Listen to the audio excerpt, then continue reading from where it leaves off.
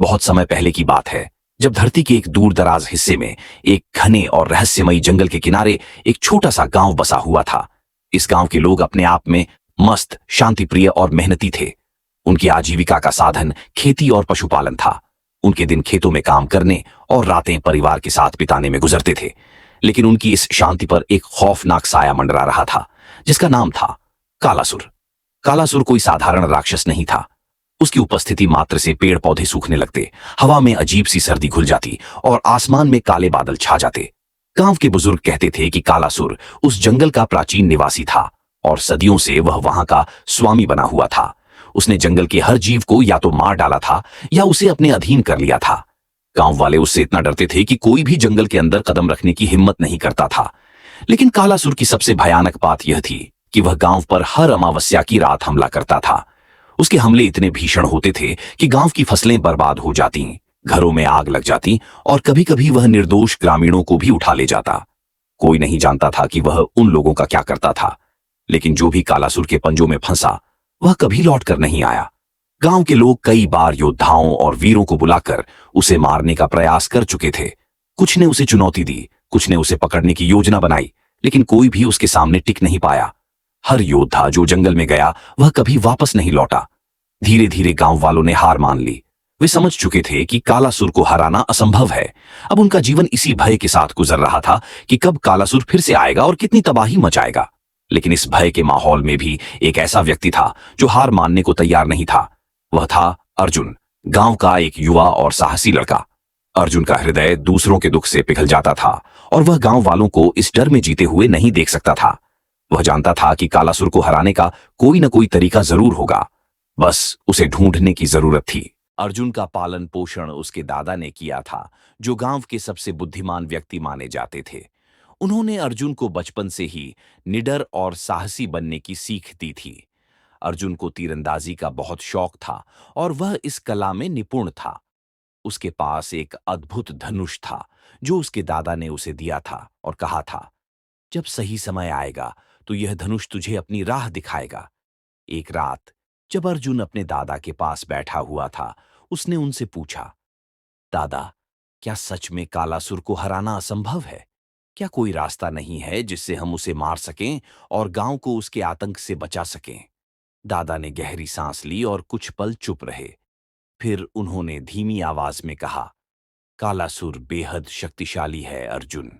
उसकी खाल इतनी कठोर है कि कोई भी हथियार उसे भेद नहीं सकता। उसके पंजे इतने नुकीले हैं कि वह पत्थरों को भी तोड़ सकता है। लेकिन हर जीव की एक कमजोरी होती है और कालासुर की भी है। अर्जुन की आंखें चमक उठीं। उसने उत्सुकता से पूछा, क्या है उसकी कमजोरी दादा? मुझे बताइए। दादा ने उसकी ओर देखा और कहा, कालासुर की कमजोरी उसकी आंखें हैं। उसकी सारी शक्तियां उसकी आंखों से संचालित होती हैं। यदि कोई उसकी आंखों में सीधे वार कर सके तो उसकी शक्तियां समाप्त हो जाएंगी और वह मर जाएगा।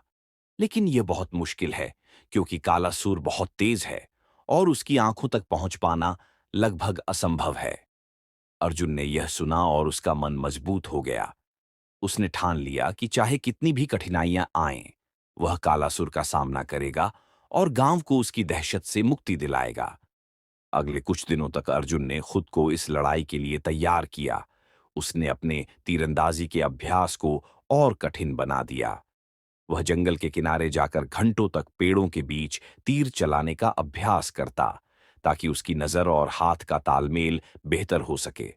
उसने अपने शरीर को भी मजबूत किया, क्योंकि उसे पता था कि कालासुर के साथ लड़ाई आसान नहीं होगी। जब अर्जुन पूरी तरह से तैयार हो गया, उसने गांव वालों को अपनी योजना बताई। पहले तो सभी ने उसे रोकने की कोशिश की। वे नहीं चाहते थे कि अर्जुन भी उन योद्धाओं की तरह कालासुर का शिकार बने, जो कभी वापस नहीं आए। लेकिन अर्जुन के दृढ़ संकल्प के आगे किसी की एक न चली। आखिरकार गांव वालों ने उसे आशीर्वाद दिया और उसकी सफलता की प्रार्थना की। अमावस्या की रात आने वाली थी और अर्जुन जानता था कि यही वह मौका है जब कालासुर गांव पर हमला करेगा। उसने अपनी योजना बना ली थी। रात के घने अंधेरे में वह अकेला ही जंगल की ओर निकल पड़ा। उसके हाथ में उसका धनुष और तरकश में कुछ चुनिंदा तीर थे।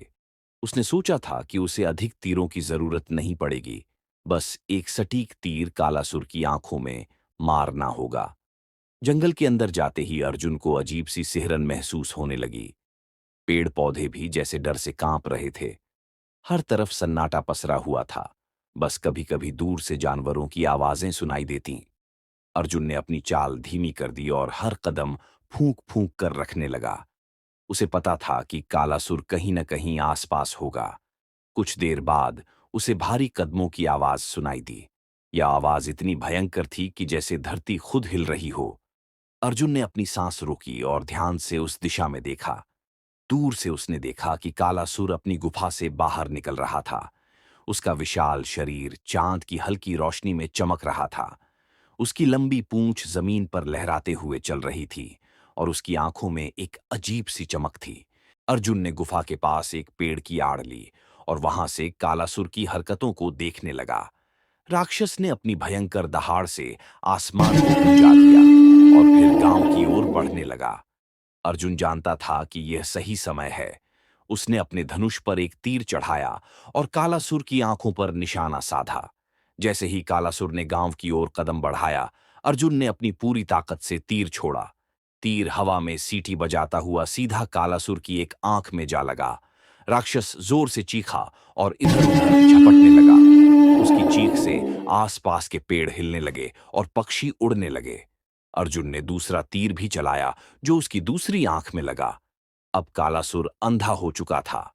उसने अपनी पूरी ताकत से इधर-उधर वार करने की कोशिश की, लेकिन वह कुछ देख नहीं पा रहा था। उसकी शक्ति धीरे-धीरे खत्म होने लगी और अंततः वह जमीन पर गिर पड़ा। उसकी विशालकाय देह ने जंगल की धरती को हिला दिया। उसकी मृत्यु के साथ ही चारों ओर फैला अंधकार छंट गया और जंगल में एक बार फिर शांति लौट आई। अर्जुन ने गहरी सांस ली।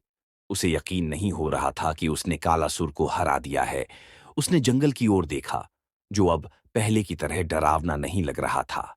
वह जीत की खुशी के साथ गांव वापस लौट आया। गांव वाले अर्जुन की बहादुरी से अभिभूत हो गए।